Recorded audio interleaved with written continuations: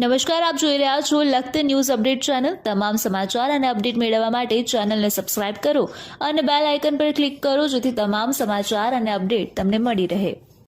લખતર સંકલિન પધારેલ હેમ વલ્લભ સુરી સરજીનું ભવ્ય સ્વાગત કરવામાં આવ્યું। તેમના દ્વારા લખતર હાઈસ્કૂલની અંદર લખતર હાઈસ્કૂલના વિદ્યાર્થીઓ અભ્યાસમાં વધારે રુચિ લે તે માટે થઈ અને સરસ્વતી માતાજીની મૂર્તિનું પધરામણી કરવામાં આવી। શંખેશ્વરથી જુનાગઢ તરફ પદયાત્રા સંઘ જઈ રહ્યો છે। આ સંઘનો સંઘ શ્રી હેમવલ્લભ સુરીશ્વરજી એ આચાર્યજીના અધ્યક્ષસ્થાને આયોજન કરવામાં આવ્યું છે।